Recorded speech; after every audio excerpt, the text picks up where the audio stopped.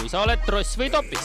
Või kui sa oled tühm või tegija. Leiame sind varem või hiljem kindlasti üles. Top 3 nädala 4 tuhmimat topist. Igal reedel Raadio 2 hommikuprogrammis Silmad lahti.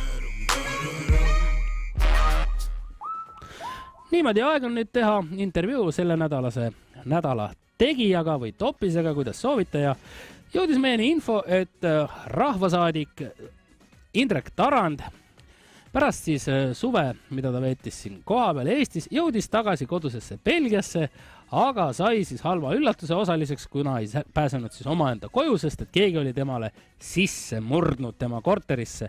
Ja Belgia politsei kaasabil siis tuvastati seda, teda korterisse ligi ei lastud, aga politsei vedas siis Indrek Tarandit ringi erinevatesse kohtadesse ja aitas tal ka hotelli otsida ja pärast hotelli leidmist ootas meest aga uus üllatus. Anti talle tuba, sisenes, aga voodis oli noor naine, kes magas. Ja läks ta siis tagasi retseptsiooni, et uurida, mis värk siis on, hakati edasi-tagasi vabandama ja anti talle siis sviit. Aga tegelikult meie siin kahtlustame, et seal on midagi muud taga ja et kõike seda siis täpselt teada saada, oleme Indrek Tarandile helistanud. No Tervar! No tere! Indrek, räägi siis palun ära, mis case oli? No vat, oled sa saadik või ei ole saadik, ikkagi oled surelik inimene ja maailma paha ja maailma hea töötab sinu vastu täpselt samasuguse tõenäosusega nagu iga teisegi vastu. Ja langesin siis kuriteo ohvriks, läksin oma korterisse, kus oli omanik nuttis keset tuba, ega mul seal eriti palju mingisuguseid asju ei ole, külmutuskapp, raadio, kus juures kuulan sealt raadiost väga tihti ka Raadio 2. Aitäh. Kui väga hea, ütleme, rütmi ja poliitilise sõnumiga raadio. Hästi neutraalne. No Rahvusringhäälingi ikkagi. See on väga tore. Ja külmutuskapp, kus on palju Brüsseli kapsast, mul on seal kõrval veel 2 paari tossu ja üks riiul, kus on siis 10 paari päikeseprille. Need kõik olid kadunud, kuna mulle murti sisse ja seal olid palju politseisid ja mind pidin sealt ära minema. Nagu ma Indrek aru olen saanud, siis see on päris tavaline, et rahvasaadikute kodudesse suvel sisse murtakse, eriti just nende omadesse, kes siis on kusagilt mujalt pärit, kes ei ole Brüsselis aastaringsed. No on, ütleme, vana rompüi ütles mulle ka juba, et ära eriti palju asju oma, et omamine Brüsselis kui selline. Brüssel on läbisõidu ja töölinn, seal omada midagi on täiesti pointless. Ja ma ei tahtnudki midagi eriti omada, aga need, mida ma omasin, need on ka nüüd läinud. Ja ausalt öeldes ei teagi, millal ma sinna korterisse tagasi sisse saan, sest ka põrand on läinud. Põrand on ka ära? Põrand ja üks sein on ka läinud, nimelt, et praegu kui ma läheks nüüd, siis ma ripuks põhimõtteliselt lühtri küljes. Indrek Tarand... Need ainukesed viimased päikseprillid oleks mul peas ja ma ripuks lühtri küljes ja vaataks siis täpselt, ütleme, sinna Karl Marxi striidile. Ja that's it! Indrek Tarand, sul puudub nüüd põrand. See oli väga hästi öeldud, seal ma panen kirja, jaa. Tabavalt öeldud. Nii on, tegelikult põrandat pole.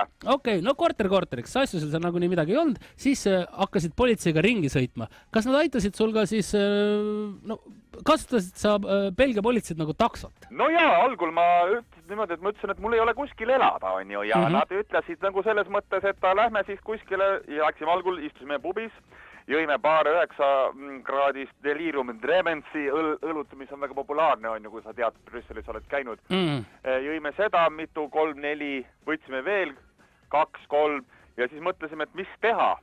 Ma oleks äärepealt läinud ühe politsei juurde koju ööseks magama, aga tal pidi natukene kuri naine olema ja koer pidi natukene vähem kuri olema, kuid siiski peab ütlema, et kuri. Saad aru, mis ma mõistan? 2 kurja objekti kodus ei tähenda head. Kuri, aga samas on asi niimoodi, et... Me sõitsime edasi. Väga hea, nii palun. Me sõitsime edasi. Mõtlesime, et sõidame ööotsa ringi ja lähme hommikul tagasi. Seda me tegime. Ikka olid teised politseid seal ja uurisid, miks on kõik asjad ära varastatud ja kes varastas. Seda uuriti koha peal, kes varastas.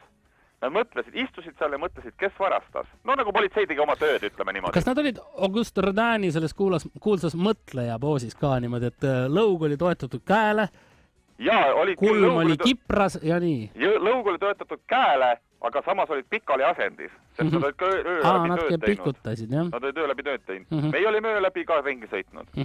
Siis hakkasime hotelli otsima ja lõpuks leidsime ühe hotelli, kus oli üks tuba.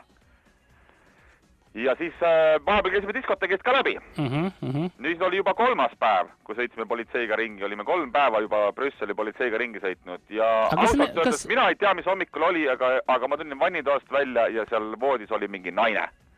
Ja ma läksin alla, ütlesin, et vabandust, mis toa te mulle andsite, et seal on üks noor naine ja nemad väidavad, et mina olevat koos 2 politseiohvitseri ja 3 naisega eile tulnud sinna ja selline asi juhtus siis. Kuigi mina ütlen, et vabandust väga, aga kus need teised 2 naist siis on?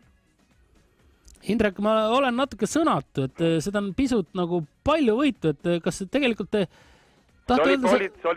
ma allusin politsei tahtele, ega muidu ma olen siin näinud, mis siin viimasel ajal toimunud on. Politseid purevad siin on ju, lastakse gaasi näkku, pekstakse, keelatakse ära ja ma allusin politseile ja see tähendas seda, ma pidin 3 päeva mööda Brüsselit ringi hengama. Aga küsimus on selles, mida ma teile, kallis saatejuht, ka esitan. Kui ma tulin 2 politseiohvitseriga ja 3 naisega ja ärkan hommikul üles, tulen vannitoast välja ja voodis on 1 naine. Kus on 2 politseid ja 12 naist? Väga hea küsimus. Ma olen ausalt öeldes nagu täiesti hämmingus. Ma olen täiesti hämmingus. Olen isegi. Sest et ajakirjandus on seda asja ikkagi hoopis teistmoodi presenteerinud ja uuriva ajakirjanik nagu mina seda olen, ma tahtsin ikkagi jõuda ikkagi tõeni ja tuleb välja, et siin on üks selline väike lõbulugu lausa sündinud. Skandaalikene, lõbulugu. Siin ei ole midagi lõbusat. Asi on selles, et ikkagi, et vaata, ma ei ole ikkagi endale kodu leidnud. Indrek, kas te olite... Ja see naine ikkagi on seal hotellitoos ja ma enam ei taha seda naist näha, sest ta on väga kole. Kas te olite selle naisega ka olukorras? Mina olin olukorras, mina tulin sellises olukorras, et mina olin rätik ümber duširuumis ukse peal ja tema magas hambad laiali. Vot selline olukord. Kas ei võinud olla mõni teie kaassaadik? Mõni liberaal? Vot kõige hullem on see, et äkki ta ei olnud liberaal. Või oli sots? Äkki oli sots. Seda enam tundus nägupidi, et on sots. Oh, jumal. Näost oli kaugelt juba sükest sotsi aitu tuli ka. Roosat udu. Ja, no, ärge nutke. Indrek, ärge nutke. Ja kuhu ma siis lähen? Mu ainsas hotellitoas on sots selitimaas. Kodus pole põrandat, on lühter. Päikeseprillid hakkavad ka juba vahetust. See on täiesti õudne lugu. No kuidas mismoodi te edasi plaanite? No, ma vist tulen ära. Tulete ära tagasi kodumaa? Tulen ära tagasi. Annan Samostile koha, las tema ise seal ripub lühtri otsas edasi ja aurab. Ja vahib seda roosalt, auravalt sotsi seal teie mina voodis. Seda enam ei taha teha. Aitäh Eesti rahvaste usalduse eest, aga sellega on nüüd küll lõpp. Kuulge, aga super thanks, Indrek, et te just meie saates selle võimsa avalduse tegite. Aitäh, et tulete tagasi Eestisse. Teid on siin palju rohkem vaja. Aitäh! Yes. Aitäh! Aitäh!